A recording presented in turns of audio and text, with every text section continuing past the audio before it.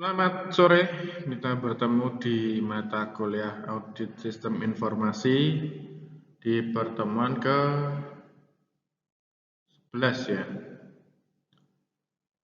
Pada pertemuan kali ini kita akan belajar tentang yang namanya struktur data dan audit berbantuan komputer untuk ekstraksi data. Kemarin kita sudah belajar tentang alat dan teknik audit berbantuan komputer. Sekarang kita belajar struktur data dan audit berbantuan komputer untuk ekstraksi data. Nah, yang pertama akan kita bahas adalah data struktur, di mana struktur data atau data struktur itu memiliki dua komponen fundamental. Yang pertama adalah organisasi dan yang kedua adalah metode akses. Organisasi, ini komponen fundamental yang pertama, organisasi itu mengacu pada cara catatan atau records itu diatur secara fisik pada perangkat penyimpanan sekunder. Dan ini mungkin bisa berurutan atau acak. Jadi penyimpanan itu bisa sekuensial, berurutan, atau random. Kemarin sudah sempat kita ilustrasikan kalau misalnya berurutan ya dia akan berurutan numpuknya, nyimpennya berurutan. Kalau acak ya dia akan random acak. Kita sudah bahas itu di pertemuan-pertemuan sebelumnya. Catatan ini untuk yang filenya berurutan itu akan disimpan di lokasi yang berdekatan dan menempati area ruang disk tertentu. Jadi dia akan selalu berdekatan dan tidak berjauhan untuk masing-masing recordnya atau catatannya. Catatan untuk yang dengan menggunakan file acak, dia akan disimpan tanpa memperhatikan hubungan fisiknya dengan catatan lain dari file yang sama. Jadi walaupun misalnya sejenis, tapi kalau dia dicatat menggunakan disimpan menggunakan acak, catatan hafal acak, dia tidak akan memperhatikan hubungan fisiknya, dia akan disimpan di lokasi yang ada aja, random, acak. Nah, file acak ini mungkin memiliki catatan yang didistribusikan ke seluruh disk. Jadi seluruh disk itu maksudnya bisa di mana aja, bisa di pojok kiri atas, pojok kanan atas, tiba-tiba yang satunya ada di pojok kanan bawah, ada di tengah, dan seterusnya. Jadi didistribusikan ke seluruh disk. Ini berlawanan dengan catatan yang disimpan dengan file berurutan atau sequential. Sequential itu dia urut sesuai urutan 1, 2, 3, 4, 5, 6, 7, 8, 9, 10 dan seterusnya. Nah, kalau acak ini sudah 1 dulu, kemudian dari 1 ke 5, dari 5 ke 3, kemudian ke 15 dan seterusnya. Ngacak. Tapi dia akan memenuhi seluruh ruangan disk. Misalnya dalam satu disk itu berisi 20 plot, 20 penyimpanan, dia akan ngacak di 20 penyimpanan itu. Nah, kemudian untuk metode akses, ini merupakan teknik yang digunakan untuk menemukan catatan dan untuk menavigasi melalui database atau file yang diklasifikasikan sebagai metode akses langsung, direct access atau akses berurutan atau sequential access. Kemudian selanjutnya kita akan masuk ke struktur flat file. Kita sudah pernah bahas struktur flat file di pertemuan sebelumnya, di mana pengguna akhir di lingkungan ini memiliki file data mereka sendiri daripada membaginya dengan pengguna lain. Jadi kita sudah pernah ilustrasikan bahwa flat file itu dia akan menyimpan record dalam catatannya masing-masing. Misalnya catatan nama pelanggan ya dia akan nyimpan di nama pelanggan sendiri, kemudian persediaan dia akan nyimpan di persediaan sendiri, kemudian sales bagian marketing dia akan disimpan di bagian marketing sendiri. Nah, itu akan bagian pengiriman juga akan punya penyimpanan tersendiri. Nah, itu akan bermasalah ketika misalnya salah satu diupdate dan yang lainnya tidak diupdate, itu akan bermasalah. Sehingga di sini pengguna akhir dengan ini memiliki file data mereka sendiri daripada membaginya dengan pengguna lain. File ini disusun, diformat, dan diatur agar sesuai dengan kebutuhan spesifik pemilik atau pengguna utama. Kalau bagian pengiriman ya dia cuma perlu data nama pelanggan dan alamat. kemudian data yang persediaannya. Nah, nanti kalian bisa lihat di bukunya di figur 8.1 terkait dengan sequential storage and access method. Ini file berurutan sederhana dan mudah diproses. Ini merupakan struktur file yang berhubungan dengan penyimpanan sekuensial atau penyimpanan berurutan dan akses metodenya atau metode aksesnya. Teman-teman bisa lihat di sini bahwa di bagian kuncinya, case-nya itu berurutan, itu yang dinamakan sekuensial. Dia akan membaca secara berurutan dari 1874 di sebelah kiri, kemudian 1875 dan 1876. Ini yang dinamakan sequential storage, bahwa dia akan ditata berurutan. Setelah 874 ya 875, setelah 875 ya 876. Ini berurutan. Ini akan berbeda dengan kalau menggunakan random. Kalau random setelah 874 bisa 878, kemudian 889 dan seterusnya. Itu yang berbeda. Jadi kalian bisa membayangkan sequential itu yang berurutan itu seperti apa, yang random itu seperti apa. Aksesnya akan selalu berurutan, akses metodenya. Nyimpannya akan seperti ini, aksesnya nanti juga akan berurutan. Ini yang dinamakan sequential storage. Sebuah indeks struktur dinamai demikian karena selain file data aktual, terdapat indeks terpisah yang merupakan file alamat record. Nah, file ini, indeks ini berisi nilai numerik dari lokasi penyimpanan data fisik atau penyimpanan fisik disk untuk setiap catatan yang berhubungan dengan file data. Nah, file data ini sendiri dapat diatur baik secara berurutan, sekuensial, atau secara random. Nah, catatan dalam indeks random files ini tersebar di seluruh disk tanpa memperhatikan kedekatan fisiknya dengan catatan terkait lainnya. Nah, tadi kalian bisa bayangkan ketika kita berbicara sekuensial atau berurutan, maka dia akan berurutan. Tadi 74, kemudian 75, 76. Nah, kalau random, dia tidak akan memperhatikan kedekatan fisiknya dengan catatan terkait lainnya. Jadi bisa ada di tempat mana-mana. Yang random ini. Bahkan misalnya catatan milik file yang sama itu dapat berada di disk yang berbeda. Walaupun catatan yang sama itu bisa ada di disk yang berbeda karena sifatnya random. Nah, lokasi fisik catatan ini tidak penting, tidak terlalu penting selama perangkat lunak sistem atau software operasinya, software sistem operasinya ini dapat menemukan saat diperlukan. Jadi tidak penting lokasinya mau di mana, yang penting ketika diperlukan dia bisa langsung dipanggil atau diminta keluar. Nah, permintaan keluar itu bisa dengan mudah digunakan ketika value key-nya atau kunci nilai kuncinya itu bisa diakses dengan mudah. Kita sudah pernah belajar value key dan foreign key. Nah, ini merupakan contoh dari indeks random file struktur. Kalian bisa lihat di sini.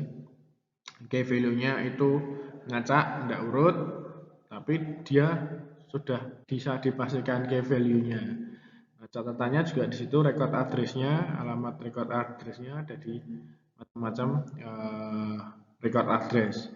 Selama kita tahu key value-nya, maka kita bisa panggil dia kapan aja. Kalian bisa lihat di sini bahwa key value-nya itu random acak, tidak urut, tidak rapi, ada di mana-mana, tapi ketika kita bisa akses, kita bisa tahu key value-nya, maka kita bisa panggil atau bisa kita gunakan kapan saja. Ini yang dinamakan indeks random file struktur. Maka tadi disampaikan bahwa tidak terlalu penting lokasi fisik catatan. Selama kita tahu key value-nya, maka kita bisa panggil, dan selama software-nya itu bisa memanggil dokumen atau record tersebut tepat waktu. Nah, kemudian kita masuk ke struktur Virtual Storage Access Method atau VSAM. Ini digunakan untuk file yang sangat besar yang memerlukan pemrosesan batch rutin dan pemrosesan rekaman individual tingkat sedang. Kita sudah bahas kemarin terkait dengan pemrosesan batch itu seperti apa. Contohnya misalnya file customer untuk perusahaan publik atau perusahaan utilitas publik. Dia akan diproses dalam mode batch untuk tujuan penagihan dan langsung diakses sebagai tanggapan atas permintaan pelanggan individu. Jadi dia akan digunakan model batch terkait dengan file pelanggan dari perusahaan utilitas karena sifatnya yang sangat besar, kuantitasnya sangat besar sehingga kalau diproses tidak menggunakan batch akan membutuhkan sumber daya yang banyak. Nah, kemudian untuk menemukan lokasi rekaman tertentu, file VSEM ini menggunakan sejumlah indeks yang menjelaskan dalam bentuk ringkasan isi di setiap silinder. Tadi ya, silinder yang di atas ya, physical disk storage device. Nah, ini merupakan contoh dari virtual storage access method. Kalian bisa perhatikan di sini, di sebelah kiri ada silinder index, kemudian di sebelah kanan ada surface index. Nah, di sini yang dicari adalah key 2546 atau value key 2546. Jika kita mencari catatan dengan key value atau nilai kunci 2546, metode aksesnya atau akses metodenya itu akan langsung mencari kira-kira 2546 itu ada di mana, ada di silinder indeks yang mana. Nah, ketika di search, dicari, dia akan langsung nyari dan akan mengarah ke silinder number 99 karena di sini silinder nomor 99 itu berisi dari 2201 sampai 3300. Kemudian dari silinder 99 akan dilakukan scanning quick scan atau scanning dengan cepat ke dalam surface index. Nah, ini surface index silinder 99. Jadi di silinder 99, nomor 99 itu berisi surface index yang ini, yang sebelah kanan ini. Maka dia akan langsung masuk ke key range 3. Nah, dia akan ke sini.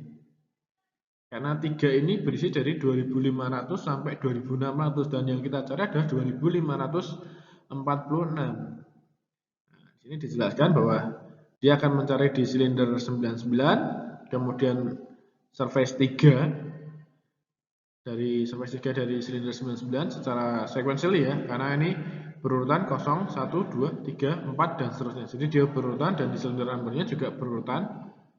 Even key range-nya juga berurutan. Nah, kita tidak perlu tidak perlu tahu secara spesifik alamatnya di mana. Yang penting kita bisa search quick scan secara manual. Nah, secara otomatis. Jadi silinder index dia search 99, kemudian dia akan cari ke surface number 3 sehingga kita bisa mengakses value key 2546. Ini yang dinamakan virtual storage access method. Nah, kemudian kita masuk ke hashing structure, di mana dia menggunakan algoritma yang mengubah kunci utama rekaman atau value key record menjadi alamat penyimpanan. Jadi kalau tadi kan kita cari 2546 manual ya, diketik, di scan. Nah, kemudian hashing struktur ini menggunakan algoritma khusus yang mengubah kunci utama value key record-nya menjadi alamat penyimpanan. Nah, hashing ini menghilangkan kebutuhan akan indeks terpisah tadi ya. Dengan cara menghitung alamat daripada membacanya dari indeks, record bisa diambil lebih cepat. Kalau tadi kan harus kita ke silinder number dulu ke 99, kemudian dari 99 kita akses ke surface number 3, nomor 3, baru kita mendapatkan 2546. Kalau ini dia bisa lebih cepat karena dia akan menggunakan algoritma yang mengubah kunci utama atau value key menjadi alamat penyimpanan. Keuntungannya adalah aksesnya yang super cepat karena dia kayak langsung nitik, oh di sana tempatnya. Karena punya kode unik di situ. Kode unik yang menggambarkan bahwa ini merupakan alamat tertentu, rekor tertentu. Nah, disadvantage-nya atau kekurangannya adalah teknik ini tidak menggunakan storage secara efisien. Jadi yang acak aja karena storage-nya tidak bisa digunakan secara efisien. Ini adalah contoh dari teknik hashing. Jadi ketika kita akan mencari key value 15943 atau nilai kunci 15943, ketika menggunakan hashing teknik dia akan kurang lebih seperti ini gambarannya. Jadi bilangan prima itu akan dibagi dengan bilangan kunci 15943 sehingga menghasilkan angka 6.27215.705. Dari sini kita akan bisa tahu bahwa key value 15943 ini itu ada di silinder 272, kemudian surface 15, dan di catatan 705. Nah, maka dia akan bisa langsung akses ke sini. Ini tadi keunggulannya adalah kecepatan. Ketika menggunakan hashing teknik, ketika kita nyari key value tertentu, dia bisa langsung akses ke tempatnya. Cuman kekurangannya adalah tidak efisien penyimpanannya karena dia akan tersimpan di tempat-tempat tertentu. Nah, dia akan relocated record. Nah, ini catatan yang sama dengan alamat 15943. Dia ada di silinder 272, surface 15, dan record 705. Nah, ini yang di sini. 272, 15, dan 705 itu berasal dari sini. Nah, itu yang dinamakan hashing teknik. Kemudian kita masuk ke pointer struktur. Pointer struktur ini digunakan untuk menghubungkan record antar file. Jadi akan menghubungkan record antar file. Nah, pendekatan ini menyimpan dalam bidang satu catatan alamat atau penunjuk dari catatan terkait, dan rekaman dalam jenis file ini tersebar di seluruh disk tanpa mempedulikan kedekatan fisiknya dengan rekaman terkait lainnya. Nah, kalau kita dalami ini berarti dia tidak menggunakan sequential storage, dia akan menggunakan random storage. Nah, pointer di sini dia akan menyediakan koneksi antar record. Tipe pointer ada 3. Yang pertama adalah physical address, yang kedua adalah relative address, dan yang ketiga adalah logical key pointer. Nah, untuk physical address dia berisi lokasi penyimpanan disk aktual, di mana ada silinder, ada surface, dan nomor catatan yang diperlukan untuk pengendalian disk. Nah, alamat physical address ini atau alamat fisik ini memungkinkan sistem untuk mengakses catatan secara langsung tanpa memperoleh informasi lebih lanjut. Jadi dia bisa langsung akses tanpa informasi tambahan. Metode ini memiliki keunggulan kecepatan karena dia punya aksesnya langsung. Karena tidak perlu manipulasi lebih jauh untuk menentukan lokasi record. Namun physical address ini punya 2 kelemahan. Yang pertama adalah jika record terkait atau catatan terkait dipindahkan dari satu lokasi disk ke lokasi disk lainnya. Nah, pointernya juga harus diubah, tidak bisa pakai pointer yang lama karena nanti tidak akan ketemu. Nah, ini adalah masalah saat disk diatur ulang atau disalin secara berkala. Kemudian kelemahan yang kedua adalah physical address ini tidak memiliki hubungan logis dengan catatan yang mereka identifikasi.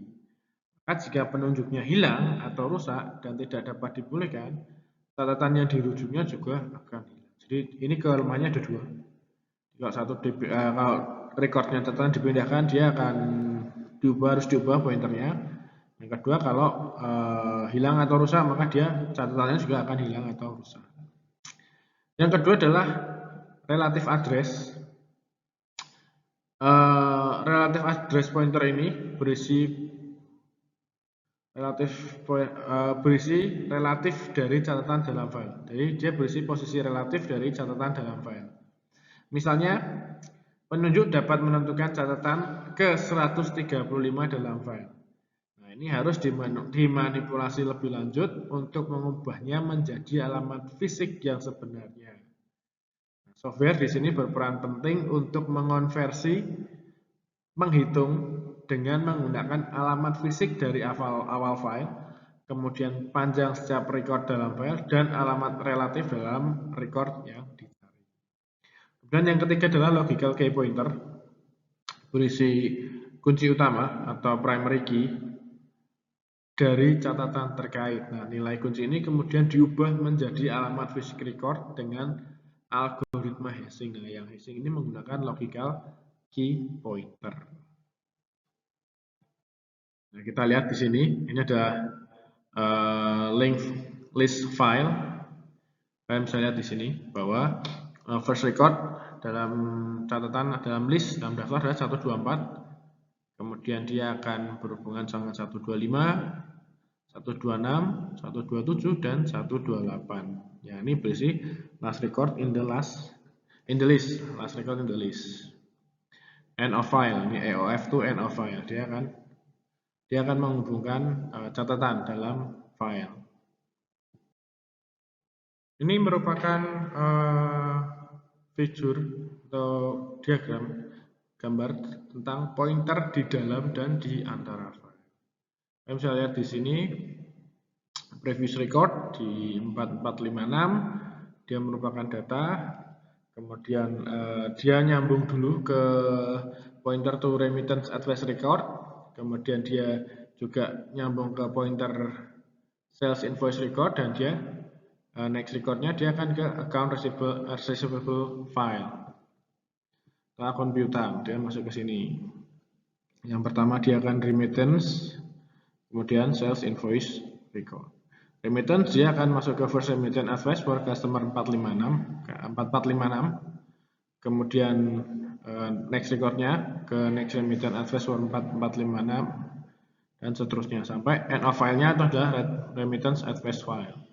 Begitu juga di sales invoice record, dia masuk ke sales invoice pertama untuk 4456, kemudian dia ke invoice selanjutnya dan end of filenya ada sales invoice file dan sampai seterusnya. Ini yang dinamakan pointer within and between files. Nah, ini ada tipe pointer yang tadi physical, dia bisa langsung karena dia sudah tahu alamat. Kalau kita berbicara physical address pointer, dia sudah tahu karena dia sudah dia bisa akses dengan cepat karena dia sudah tahu alamatnya, silinder 121, service 05 dan catatan 750. Maka dia akan bisa langsung masuk ke aksesnya, dia langsung bisa mendapatkan akses kecepatannya di sini. Kemudian sequential file itu merupakan address pointer dan logical key pointer. Kalau dia cari 135, pointer to 135 pada catatan di dalam file, dia akan menggunakan konversi dari dari softwarenya. Kemudian dia akan mencari di catatan 135. Dan logical key pointer tadi ya, dia pakai hashing teknik. Nanti 9631 dibagi, dia akan menggunakan logaritma hashing. Tadi contohnya saja ya, di awal contohnya saja, bisa berbeda-beda. Kemudian akan langsung memberikan akses ke record 9631. Kemudian kita masuk ke relational database atau database relasional. Dia didasarkan atau berdasarkan pada struktur file yang berurutan yang diindeks. Nah, struktur ini menggunakan indeks dalam hubungannya dengan organisasi file berurutannya, berarti sekuensial ya pakainya ya. Dan dia akan memfasilitasi akses langsung ke catatan individu dan pemrosesan batch dari seluruh file. Beberapa indeks dapat digunakan untuk membuat referensi silang yang disebut daftar terbalik yang memungkinkan akses data yang lebih fleksibel. Nah, kemudian kita juga akan membahas tentang yang namanya entitas, di mana entitas ini merupakan segala sesuatu yang ingin diambil datanya oleh organisasi. Bisa bersifat fisik. Entitas ini bisa bersifat fisik seperti persediaan, pelanggan, atau karyawan. Tapi mereka juga, si entitas ini bisa berupa konseptual, misalnya file penjualan kepada pelanggan, kemudian piutang atau account receivable, dan bisa juga hutang dagang atau account payable. Nah, istilah occurrence sendiri. Kemudian yang kedua adalah occurrence. Sesuai kesepakatan, setiap entitas dalam model data diberi nama dalam bentuk kata benda, seperti pelanggan atau bukan pelanggan. Nah, istilah occurrence atau kejadian digunakan untuk menggambarkan jumlah kejadian atau catatan yang berkaitan dengan entitas tertentu. Misalnya, jika suatu organisasi memiliki 100 karyawan, entitas karyawan dikatakan akan terdiri dari 100 kejadian. Kemudian, yang terakhir adalah atribut. Dia merupakan elemen data yang mendefinisikan entitas. Misalnya, entitas karyawan dapat ditentukan oleh kumpulan sebagian atribut. Misalnya nama karyawan, alamat karyawan, keahlian pekerjaan karyawan, masa kerja, dan juga tarif gaji per jam. Nah, setiap occurrence atau kejadian dalam entitas karyawan itu terdiri dari jenis atribut yang sama. Tetapi nilai dari setiap atribut akan bervariasi di antara kejadian. Kenapa? Karena atribut adalah karakteristik yang logis dan relevan dari suatu entitas. Mereka unik untuk itu. Dengan kata lain, atribut yang sama tidak boleh digunakan untuk mendefinisikan dua entitas yang berbeda. Itu terkait dengan relational database.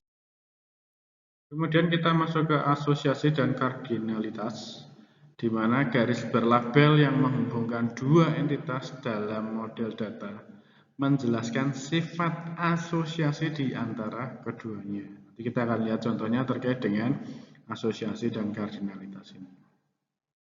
Asosiasi ini diwakili dengan kata kerja seperti kapal,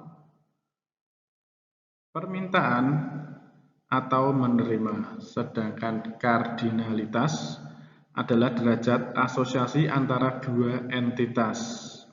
Secara sederhana, kardinalitas menjelaskan jumlah kemungkinan kejadian dalam satu tabel yang berhubungan dengan kejadian tunggal dalam tabel terkait. Ada 4 bentuk dasar kardinalitas yang mungkin, yaitu 0, 0 atau 1, kemudian 1 dan hanya 1, 0 dan banyak atau zero or many, kemudian 1 atau banyak, 1 atau M. Nah, ini digabungkan untuk mewakili asosiasi logis antara entitas. Nilai kardinalitas sendiri pada setiap ujung garis asosiasi menentukan asosiasi. Kita lihat contohnya di gambar slide selanjutnya. Berikut contoh dari asosiasi entitas, misalnya contoh pertama 1.21. Ini diasumsikan bahwa sebuah perusahaan memiliki 1000 karyawan, tetapi hanya 100 dari mereka yang merupakan staf penjualan. Asumsikan juga bahwa setiap karyawan penjualan atau bagian marketing diberi sebuah mobil perusahaan, tetapi staf non penjualan tidak. Nah, contoh 1 pada gambar 8.13 ini menunjukkan bahwa untuk setiap kejadian atau catatan dalam entitas karyawan terdapat kemungkinan 0 atau 1 kejadian dalam entitas mobil perusahaan. Kemudian contoh 2, 1.21. 1 dan 1. Dia mengilustrasikan situasi di mana setiap rekaman dalam suatu entitas selalu dikaitkan dengan 1 dan hanya 1 rekaman dalam entitas terkait. Dalam hal ini misalnya setiap komputer laptop perusahaan ditugaskan hanya kepada 1 manajer dan setiap manajer ditugaskan hanya pada 1 komputer. Nah, 2 garis pendek yang memotong garis berhubung di kedua ujungnya menggambarkan kardinalitas ini. 1 hanya 1. Kemudian contoh 3 atau example 3 antara pelanggan dan sales order menyajikan relasi antara pelanggan dan entitas pesanan penjualan.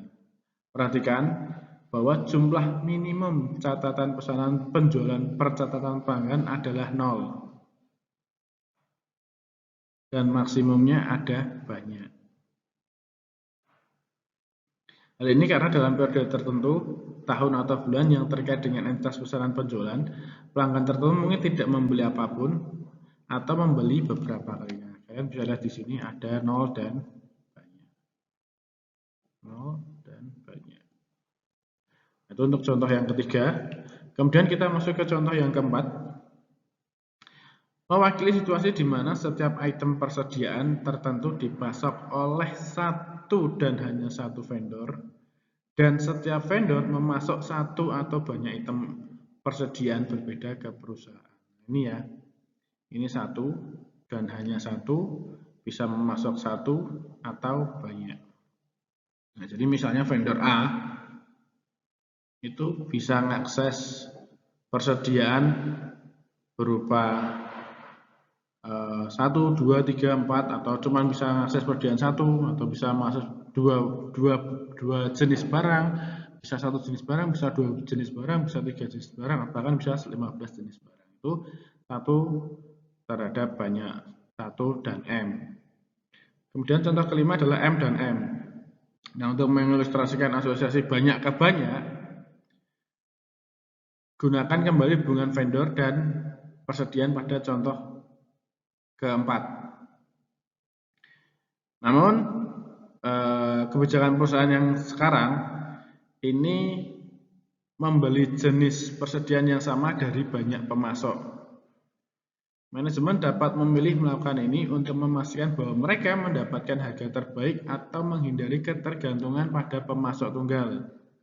Di bawah kebijakan tersebut, setiap catatan vendor dikaitkan dengan satu atau banyak catatan persediaan dan setiap catatan persediaan dikaitkan dengan satu atau banyak vendor. Jadi kalau contoh keempat ini satu vendor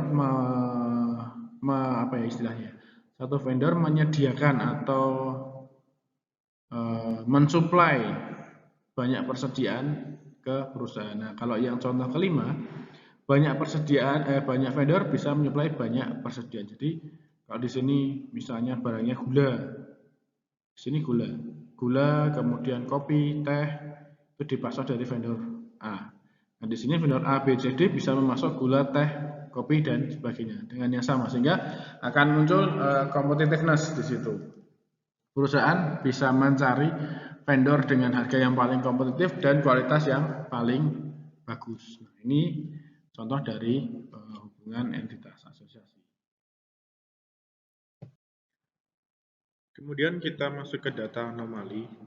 Yang perlu teman-teman tahu bahwa database itu perlu untuk dinormalisasi. Dengan kata lain, mengapa database organisasi perlu membentuk jaringan yang rumit dari tabel normalisasi yang dihubungkan bersama, dan mengapa sebaliknya kita tidak bisa begitu saja mengkonsolidasikan tampilan dari satu pengguna atau beberapa pengguna ke dalam satu tabel umum yang darinya semua kebutuhan data dapat dipenuhi. Nah, jawaban atas pertanyaan di atas ini adalah bahwa tabel yang dinormalisasi secara tidak benar dapat menyebabkan masalah pemrosesan DBMS yang membatasi atau bahkan bisa menolak akses pengguna ke informasi yang mereka butuhkan. Nah, tabel tersebut menunjukkan gejala operasional negatif yang disebut dengan anomali. Nah, anomali itu secara khusus ada 3 jenis. Yang pertama itu update anomali, yang kedua itu insertion anomali atau anomali sisipan. Yang pertama anomali pembaharuan atau update anomali, kemudian insertion anomali atau anomali sisipan, dan yang ketiga adalah deletion anomali atau anomali penghapusan. Nah, terkait database anomali ini, satu atau lebih anomali ini akan ada pada tabel yang tidak dinormalisasi atau dinormalisasi pada level rendah. Maka database itu harus dinormalisasi sehingga tidak muncul anomali-anomali ini. Kita akan bahas satu-satu. Yang pertama adalah update anomali, kemudian insertion anomali, dan deletion anomali. Nah, ini adalah contoh unnormalized database table. Ini tabel database yang tidak normal atau anomali. Ini dicontohkan adalah tabel persediaan. Kita tahu bahwa yang paling kiri itu selalu primary key atau kunci utama. Dan yang selanjutnya adalah non-key attribute. Nah, kalau kita lihat di sini, yang pertama adalah update anomali.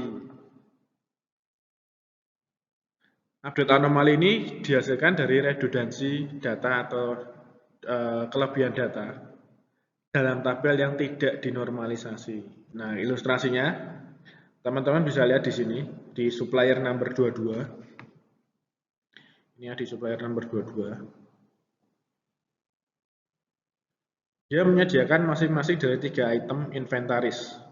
Jadi part nomor 1, 22 ada, kemudian part nomor 2, supplier number 22 juga ada, part nomor 3, supplier 22 juga ada. Nah, ini kemudian atribut data yang berkaitan dengan pemasok nomor 22 itu ada nama, alamat, dan nomor telepon. Dengan demikian, diulang di setiap catatan, di setiap record, dari setiap item persediaan yang disediakan oleh pemasok nomor 22. Maka dia kan ini ditulis semua ya. Part nomor 1 suppliernya ditulis, kemudian namanya ditulis lagi, alamatnya ditulis lagi, dan nomor teleponnya ditulis lagi. Begitupun juga di part nomor 2. Part nomor 2 juga namanya ditulis lagi, alamatnya ditulis lagi, nomor teleponnya ditulis lagi. Nomor 3 juga gitu, part nomor 3. Namanya ditulis, alamatnya ditulis, dan nomor teleponnya juga ditulis lagi. Nah, ketika ada perubahan di salah satunya, baik itu di nama pemasok, alamat, atau nomor telepon, itu harus dibuat di masing-masing catatan dalam tabel. Jadi kalau ada yang diubah salah satu, entah itu namanya, atau alamatnya, atau nomor teleponnya, maka tiga-tiganya harus diubah. Kenapa? Karena kalau tidak diubah, karena salah satunya tidak diubah, maka dia akan menyebabkan update anomali itu sendiri. Ketika misalnya harus ngirim barang, bisa salah alamat. Kalau misalnya yang diupdate hanya part nomor 1 sama part nomor 2, jangan part nomor 3-nya tidak diupdate. Nah, maka dalam contoh ini, di supplier nomor 22, 3 pembaruan berbeda harus dilakukan. Nah, untuk lebih menghargai implikasi dari anomali pembaruan atau update anomali, pertimbangkan situasi yang lebih realistis di mana vendor memasok 10.000 item inventaris yang berbeda. Pembaruan apapun pada atribut harus dilakukan 10.000 kali. Nah, itu yang harus diperkirakan. Itu yang pertama, update anomali. Kemudian yang kedua adalah anomali sisipan atau insertion anomali. Nah, untuk menunjukkan efek dari anomali sisipan, asumsikan bahwa vendor baru telah memasuki pasar. Jadi ada vendor baru yang masuk untuk misalnya barang berupa bracket. Ada pakai warna beda. Berupa barang, ada vendor baru yang menjual bracket. Organisasi ini atau vendor ini atau perusahaan ini belum pernah membeli dari vendor baru ini. Misalnya di sini 228 atau kita anggap aja vendornya supplier numbernya nomor 29, belum ada namanya ya. Jadi ada vendor baru dan perusahaan belum pernah order sama sekali ke vendor tersebut. Tapi nanti diharapkan, dimungkinkan di periode yang akan datang akan terjadi transaksi dengan vendor baru tersebut.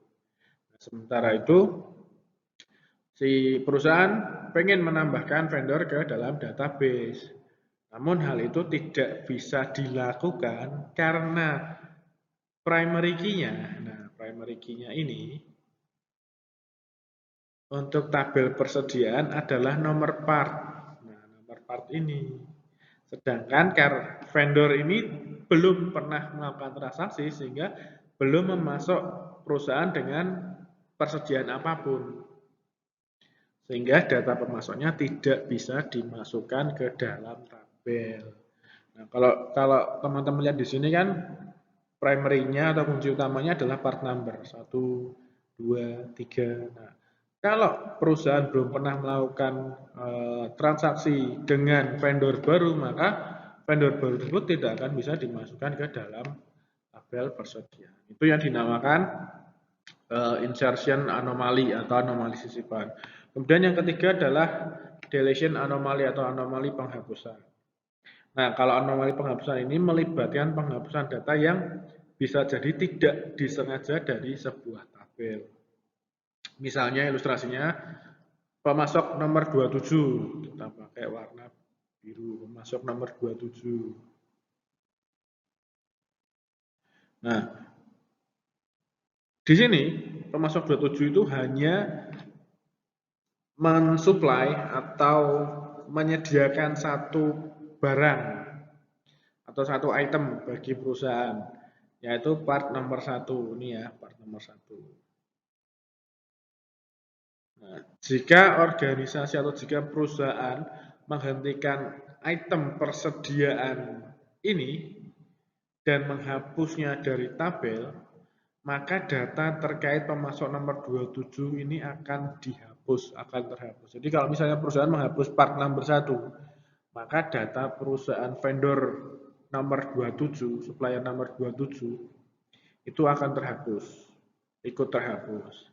Meskipun misalnya perusahaan mungkin ingin menyimpan informasi pemasok atau informasi vendor 27 untuk digunakan di masa yang akan datang. Nah, karena terhapus nanti tidak akan bisa digunakan. Itu yang dinamakan deletion anomaly. Nah, terkait deletion anomaly ini memang sebenarnya kurang mencolok, tapi punya potensi lebih serius daripada update anomaly ataupun insertion anomaly. Deletion anomaly mungkin tidak terdeteksi kalau misalnya part number-nya ada 10.000 tadi ya. Jadi ketika terhapus satu tidak terlalu terlihat, tapi itu bisa membuat pengguna tidak menyadari hilangnya data penting sampai terlambat. Jadi begitu dibutuhkan belum, oh ternyata sudah tidak ada datanya. Nah, itu yang berbahaya. Kemudian kita masuk ke tabel normalisasi. Anomali database yang dijelaskan di atas merupakan gejala masalah struktural dalam tabel yang disebut dependensi. Nah, secara khusus ini dikenal sebagai repeating groups atau partial dependency dan transitive dependency. Nah, proses normalisasinya melibatkan identifikasi dan penghapusan dependensi struktural dari tabel yang sedang ditinjau. Maka tabel yang dihasilkan nanti akan memenuhi dua kondisi. Yang pertama adalah semua atribut non-key data dalam tabel bergantung pada primary key atau didefinisikan langsung oleh primary key. Kemudian yang kedua, kondisi yang kedua adalah semua atribut yang bukan merupakan primary key tidak bergantung pada atribut bukan kunci lainnya.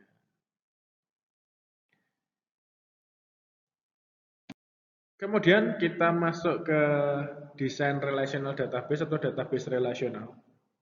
Nah, perancangan basis data atau database adalah komponen dari proses pengembangan sistem yang jauh lebih besar dan melibatkan analisis kebutuhan pengguna secara ekstensif.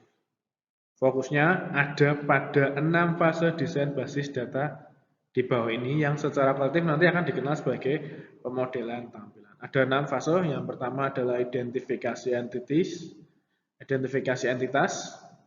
Ini merupakan pemodelan tampilan yang dimulai dengan mengidentifikasi entitas utama dari fungsi bisnis yang dimaksud.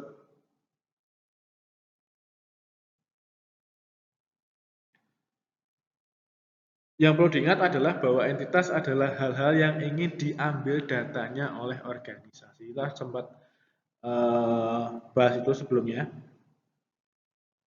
Kemudian yang kedua adalah membangun model data yang menunjukkan asosiasi entitas antara entitas dan mendokumentasikannya dengan diagram entitas relationship. Tadi ya yang di slide awal ya. Yang perlu diingat bahwa asosiasi mewakili aturan bisnis.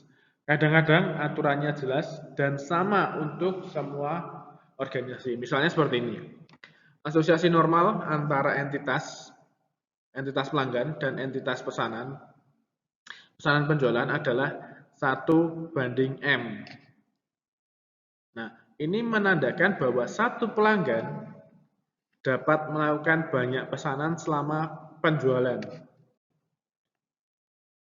Jadi, satu pelanggan itu bisa melakukan transaksi untuk banyak penjualan. Dan tidak mungkin, potensinya ya, kita bisa berpotensi ya. Misalnya saya mau beli motor, saya bisa beli cuma satu, tapi mungkin juga saya bisa beli 2, 3, 4, 5 dan seterusnya. Itu asosiasinya. Dan asosiasinya tidak akan pernah menjadi 1:1. Ini berarti bahwa perusahaan membatasi setiap pelanggan untuk satu penjualan yang tidak masuk akal. Kalau misalnya 1:1 gitu ya, 1:1 gitu misalnya. Nah, itu akan membatasi pelanggan untuk satu penjualan. Biasanya kalau yang seperti ini adalah item-item tertentu yang memang dibatasi. Misalnya kalau Pertalite seperti itu ya. Pertalite roda 4 kan harus punya harus daftar dulu, nah seperti itu. Itu contohnya kalau 1:1 kan membatasi. Padahal sebenarnya normalnya adalah ketika satu pelanggan itu bisa melakukan transaksi pembelian sebanyak mungkin. Kemudian langkah selanjutnya di dalam Canvas adalah menambahkan kunci utama ke entitas dalam model. Nah, analis harus memilih kunci primer yang logis dan mendefinisikan atribut bukan kunci dan segera mengidentifikasi setiap kejadian dalam entitas. Terkadang hal ini dapat dilakukan dengan menggunakan kode sekuensial seperti nomor faktur, nomor cek, atau nomor pesanan pembelian. Dan setiap atribut dalam entitas harus muncul secara langsung atau tidak langsung dalam satu atau beberapa tampilan pengguna. Jadi setiap atribut harus muncul secara langsung atau minimal di salah satunya itu muncul. Oleh karena itu, atribut entitas berasal dan dimodelkan dari tampilan pengguna. Dengan kata lain, jika data yang disimpan tidak digunakan dalam dokumen, atau penghitungan yang dilaporkan dengan cara tertentu, maka tidak ada gunanya dan tidak boleh menjadi bagian dari database. Sehingga harus minimal muncul. Dan langkah yang keempat adalah normalisasi model data dan menambahkan foreign key. Yang kelima, membangun database fisik, dan yang keenam, menyiapkan tampilan pengguna. Teman-teman nanti bisa silakan buka bukunya James Hall, diperhatikan gambarnya. Karena kalau dimasukkan ke PowerPoint tidak jelas, tidak clear. Kemudian kita masuk ke Embedded Audit Module. Embedded Audit Module atau EAM juga dikenal sebagai audit berkelanjutan. Adalah atau merupakan digunakan untuk mengidentifikasi transaksi penting saat sedang diproses dan mengekstrak salinannya secara real time. Jadi dia bisa dilihat secara real time. Nah, IEM ini merupakan modul yang diprogram khusus tertanam dalam aplikasi host untuk menangkap jenis transaksi yang telah ditentukan untuk analisis selanjutnya. Ini dia tertanam langsung di dalam sistemnya. Nah, teman-teman bisa lihat di sini gambarannya seperti ini, embedded audit modul teknik. Saat transaksi yang dibeli sedang diproses oleh aplikasi host ini ya, produksi aplikasi host ya.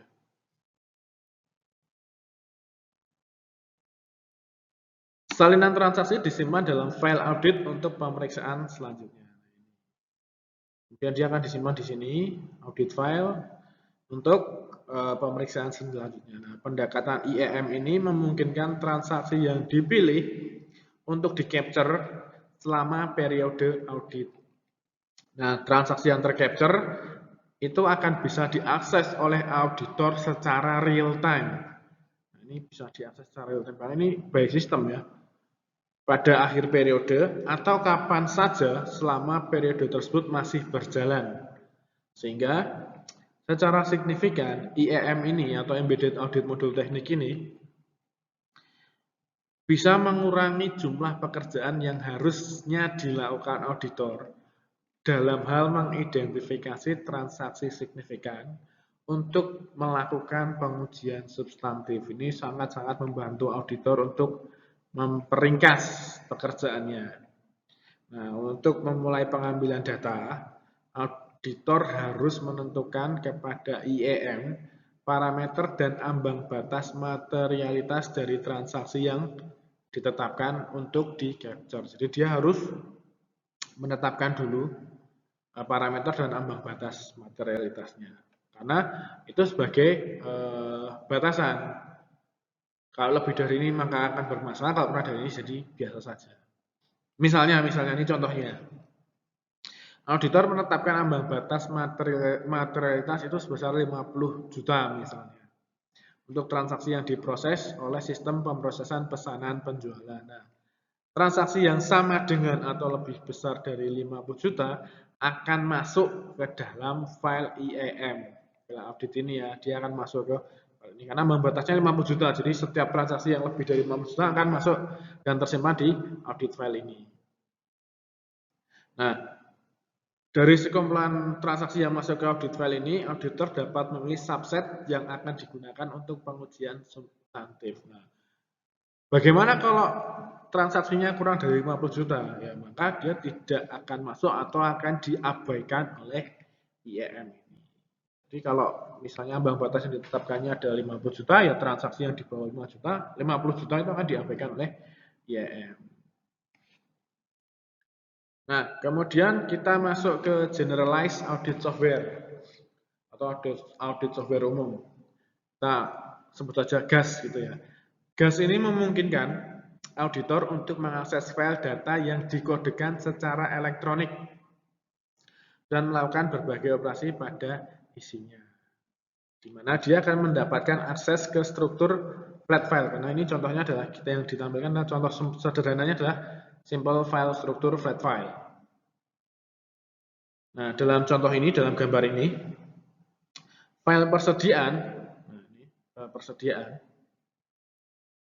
dibaca langsung oleh GAS, Generalized Audit Software, yang mengekstraksi informasi penting yang diperlukan untuk audit. Termasuk di dalamnya adalah kuantitas yang ada, nilai rupiahnya atau nilai dolarnya atau value-nya, serta lokasi gudang dari setiap item persediaan yang tersedia. Nah, tugas auditornya adalah untuk memverifikasi keberadaan dan nilai persediaan dengan melakukan perhitungan fisik dari sampel yang representatif dari persediaannya.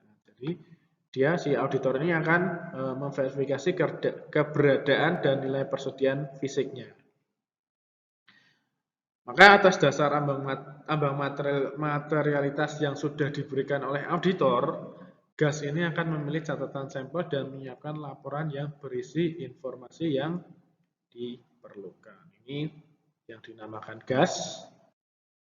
Nah, beberapa kegunaan yang lebih umum untuk GAS termasuk di dalamnya adalah putting dan balancing seluruh file atau item data yang dipilih, kemudian memilih dan melaporkan data terperinci yang terkandung dalam file, kemudian dia juga bisa memilih sampel statistik bertingkat dari file data, bisa juga untuk memformat hasil tes menjadi laporan, mencetak konfirmasi dalam kata-kata standar atau khusus, menyaring data secara selektif, memasukkan atau mengecualikan item, kemudian untuk membandingkan banyak file dan mengidentifikasi perbedaan apapun dan menghitung ulang bidang data. Ini adalah beberapa kegunaan umum yang dimiliki oleh GAS. Kemudian popularitas GAS itu meluas atau banyak digunakan oleh orang-orang karena 4 faktor. Yang pertama adalah bahasa GAS itu mudah digunakan dan membutuhkan sedikit latar belakang komputer di pihak auditor. Jadi auditornya itu tidak perlu terlalu expert dalam hal sistem. Dia punya pemahaman sedikit terkait komputer, dia bisa menggunakan GAS. Kemudian yang kedua adalah banyak produk GAS dapat digunakan pada sistem mainframe dan PC. Jadi dia kompatibel di hardware-hardware umum. Diinstal di PC bisa, diinstal di laptop bisa. Jadi tidak perlu perlakuan khusus. Yang ketiga, kenapa GAS sangat populer? Karena auditor dapat melakukan pengujian mereka secara independen dari staf layanan komputer klien. Karena tadi ya, ini berhubungan dengan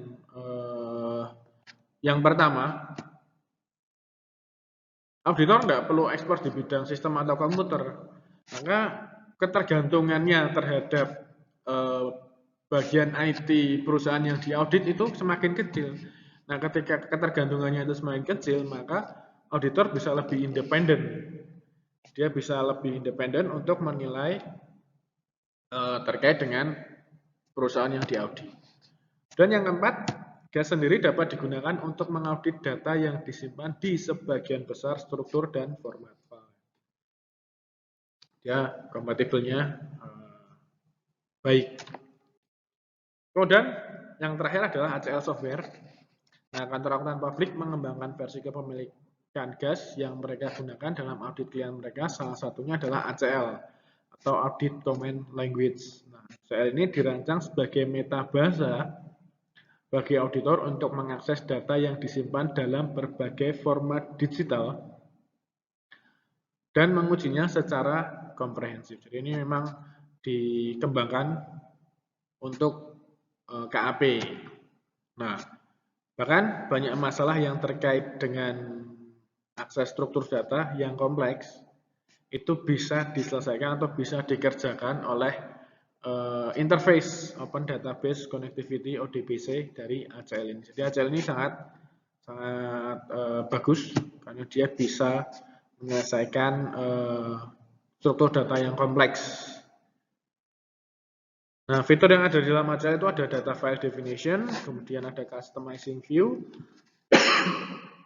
ada filtering data, stratifying data, dan statistical analysis. Nah, teman-teman nanti silakan buka bukunya James Hall dan pelajari terkait dengan fitur-fitur yang ada di ACL.